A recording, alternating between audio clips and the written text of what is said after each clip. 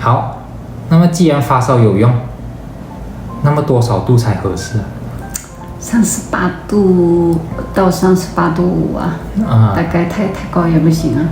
这个主要是靠人体自己来判断的因为它是根据病原体的耐受度来调整的比如有的细菌它38度就不行了那我们人体就会把这个体温调定点设在38度，够了。对，那什么是体温调定点啊？其实就是人体认为应该维持的正常体温的标准。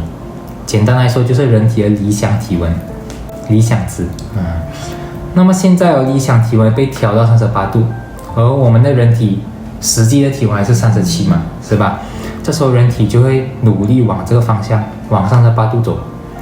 最快的方法就是通过发抖，产热增加。对，那人体会一直发抖产热，直到达到理想的38度以后，产热才会停止。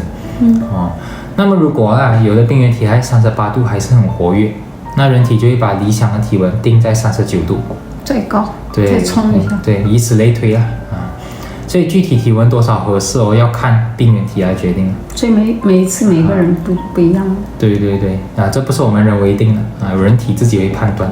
很科学啊。对。那么体温上升期它就好像是一次大规模的抓捕行动。如果病情不严重的话一般达到理想的体温它就会结束了。已经抓完了嘛。但是如果比较棘手的话，那么人体就会进入持久战。就体温持续了，持续的升高。对，体温持续起降，这在中医里叫做太阳中风。比如说，我们假设体温调定点它定在38度，那么人体它就会通过产热升到38度嘛，是吧？但是升温不可能那么标准，它不可能准停在38度，它一定会超过38点多这样。然后它再往回调。对，然后它一旦超过理想体温38度，它就会觉得太热了。它就会开始散热，必然超过了，你不可能准38度，因为我们不是数字化的生命，然后我们是生物体，所以它一定超过它就要回调，所以它就开始流汗散热，那么同样的，它散热也不可能那么准，不可能停在38度，所以一定也会低于38。是这样的，散热产热动态的。对，所以它又会再回升，它就是一个动态的平衡。持续的产热散热，这样子反复交替了，让这个体温维持在38度上下。那么在这个过程里免疫细胞就会把这个病原体干掉。至于这个时期会持续多久就要看这个病原体几时被干掉就是这个道理。那么如果这个时期我们知道是什么病，已经判断胆囊炎，那么最好就通过变病治疗，就给他用胆囊炎。西医也是这样，现代医学。对，如果真的没有办法，那么我们只能帮助人体继续维持在理想的体温。怎么维持？大家想持久战最重要是什么？粮草要够资源兵力要足物资能源物资这些所以战争最后拼的都是储备力。像我就完了，太瘦了。对，所以瘦子他就比较容易因为感染而死掉胖子没那么容易那么在人体就是营养这个物资所以中医在这个时期就要给人体补充营养，用一些好消化的食物比如在《伤寒论》里用的方子就叫桂枝汤。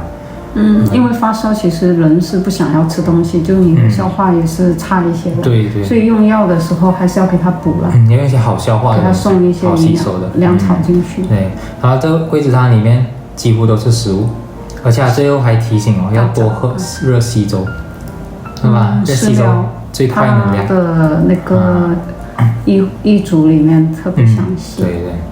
那么区分这两个时期的重点就是体温上升期它没有散热的症状，它只是产热，所以就没有流汗，所以病人身上是干的，没有流汗。那样一摸就。但是体温持续期是有流汗的，这就可以分出来。因为它有散热啦，就是。好，那么大家知道了发烧的好处还有发烧不是零成本的，是需要消耗的能量的。那我们就知道发烧绝对不是越高越好，对吧？长期发高烧是会把人体正常的代谢拖垮的，所以中医也会进行干预。这个时期中医叫做太阳温病，现代医学叫高热持续期。那么大家要注意的是哦，这个时期虽然叫做高热持续期，但是不代表一定是40度以上为什么？因为每个人的体质不一样，而且你发热的情况也不一样。比如说同样一个39度对瘦子的消耗和对胖子的消耗是不一样的。瘦子消耗的多对，因为胖子储备力比较充足那么脂肪一大堆对，刚好可以减肥所以有人瘦一圈嘛，病了就瘦一圈那么怎么判断高热持续期就是病人会有明显的脱水表现比如说口干口渴人突然变得很瘦这个是关键，干变的样子。对，它的消耗很大，这个就是高热持续期的反应所以不管胖瘦，只要出现明显脱水的情况就可以诊断那么中医要怎么办？就通过适当的降低代谢，还有补充营养最典型的方式就是白虎汤这里降低代谢就是石膏补充营养就是米粥是吧？精米一起煮的是吧？我反正是不喜欢用西药退烧的对，这个方子的退烧和西药是不一样的，西药是直接不发烧的它抑制了嘛，直接对作用你从发烧变到不发烧，体温调节中对，然后过了几个小时又再烧起来治标不治本这个方子不一样，它是把发烧的程度降低，它是降低代谢嘛，但是它会维持对合理的发烧范围。比如说你40度变成39度它就维持在那边你的消耗没有那么大，那等你在这个过程里把这个病原体干掉就可以了它也是同时要治疗你这个感染对，需要的温度是要好，所以我们已经把中医分期治疗里的3个时期讲完了，分别就叫太阳伤寒、太阳中风和太阳温病，分别代表的是体温上升期、体温持续期和高热持续期这3个时期是感染的共性阶段在不知道是什么感染的情况下都可以用的，